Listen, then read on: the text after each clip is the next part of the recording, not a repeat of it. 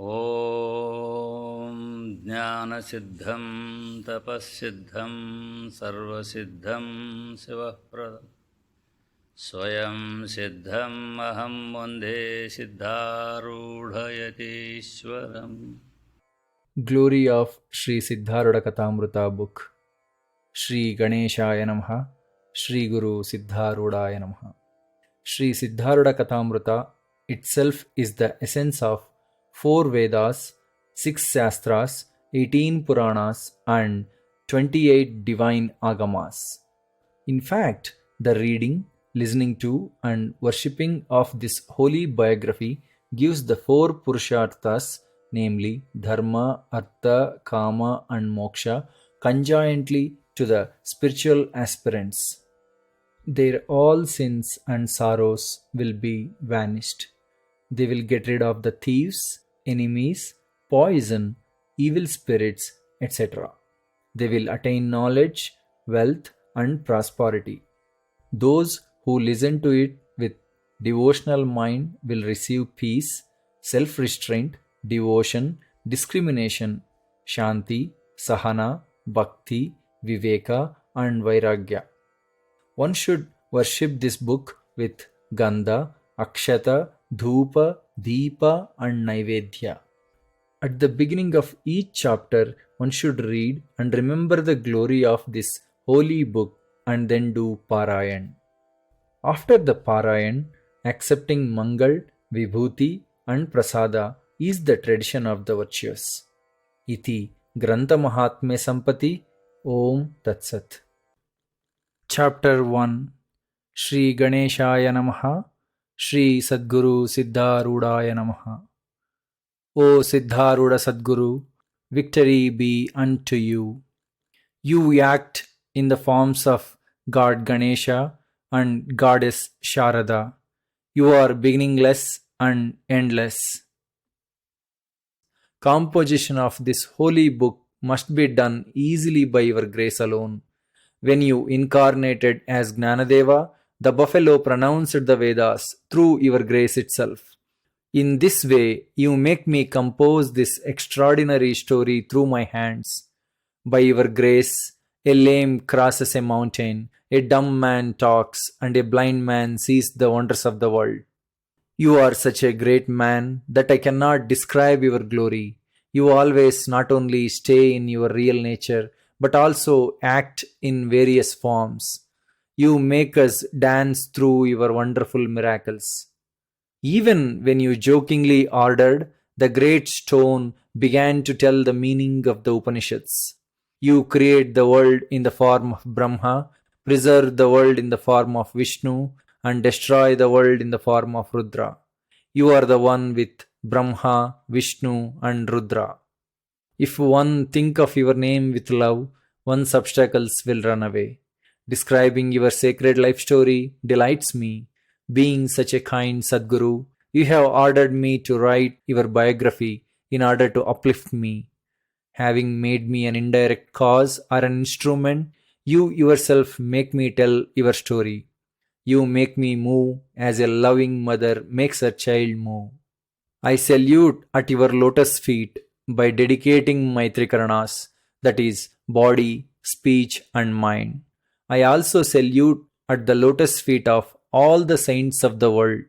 My salutations be unto the feet of the saints, by whose grace jivas cross the ocean of bondage, the riddle of life and death, and whose service the god Shiva does happily, and from whose mouth your name is chanted day and night, irrespective of Brahmin, Mlecha, and Shudra. And Sripati himself serves such people. I salute Sri Kabiradasa, who wrote the first half of Sri Siddharuda's story and who is much loved disciple of Sri Siddharuda. O listeners, listen to the story with your undivided attention.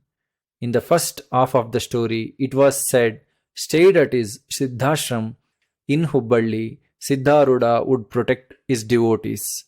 He would give instructions in both materialistic and spiritual matters and make them happy by enabling them to snapped the river of bondage, a riddle of life and death. He was an expert in all the Shastras. He would expound the meaning of all the Shastras. Every day, he would conduct discourses both in the morning and in the evening. To listen to his preaching, which can free one from bondage of life and death, four kinds of devotees used to come to him. Having tested their adhikaratva, arhata qualification, he would give them a suitable advice. Firstly, the people of materialistic life come to Sadguru to ask for a wife, husband, son, wealth, etc. They wish to have them to be happy. Sadguru takes pity on them and also advises them to do namasmarana, chanting, in order to get the desired objects. By the order of Sadguru, they do namasmarana.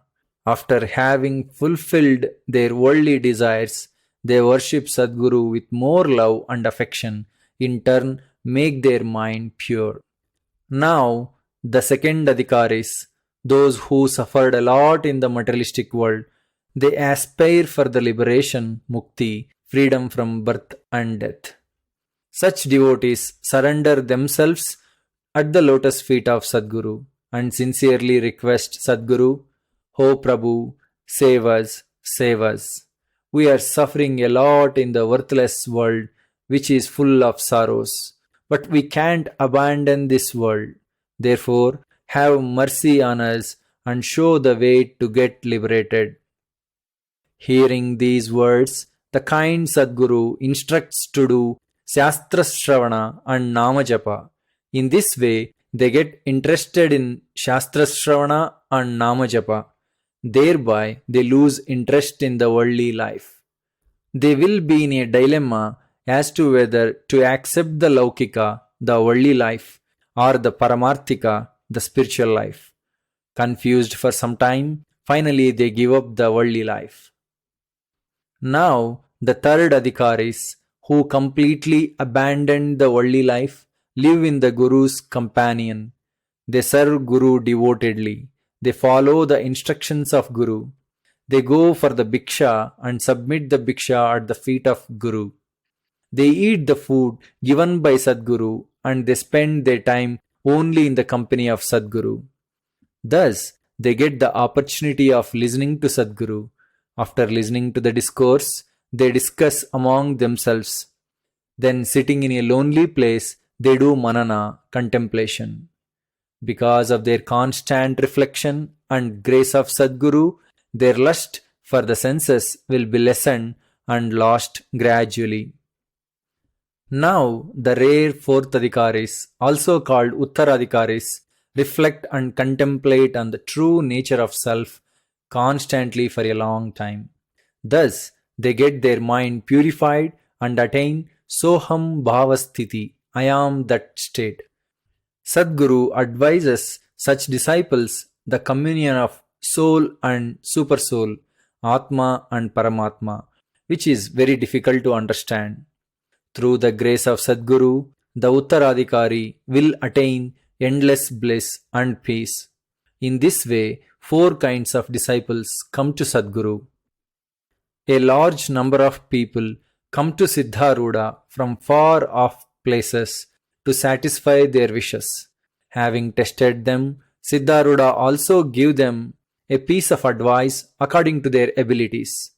The devotees satisfy their desires through the grace of Sadguru and they go back to their places. At this time, Sri Siddharoodha looks like living in Hubballi, but he is present everywhere. This all-pervasiveness of his is expressed by his devotees. He appears in the places of his devotees and removes all their miseries. Being worshipped by them, he leads them to the path of super devotion. Thus, they are uplifted. At that time, Siddharoodha has showed many miracles, leelas, to his devotees. I begin to write his wonderful stories, parables, and teachings as per his order. They will give peace and happiness to the devotees who are afflicted with sorrows and heavily loaded with the miseries of worldly life. Sadguru Siddharoodha himself has blessed this book in such a way that those who read or listen to this book with dedication, all of their sins will be destroyed and blessed with Brahmananda Sthiti. Sadguru himself makes me write this book both for adhikaris and non-adhikaris. I am Shivadasa, the writer of this book. I will be like a pen in the hands of Sadguru while writing this book. I am his only an outward instrument. He himself enters my body and will write his own life. In this Kathamrutha, the things which are good are Sadguru's and the bad ones are mine. Please apologize the mistakes in case if there are any. Sri Siddharoodha Kathamrutha deals with dhyana, bhakti, jnana, vairagya, sharanagati and mukti. Sri Siddharoodha Kathamrutha, which destroys all the sins merely by hearing. Thus, Shivadasa dedicates the beautiful first chapter of Sri Siddharoodha Kathamrutha to the lotus feet of Sri Siddharoodha.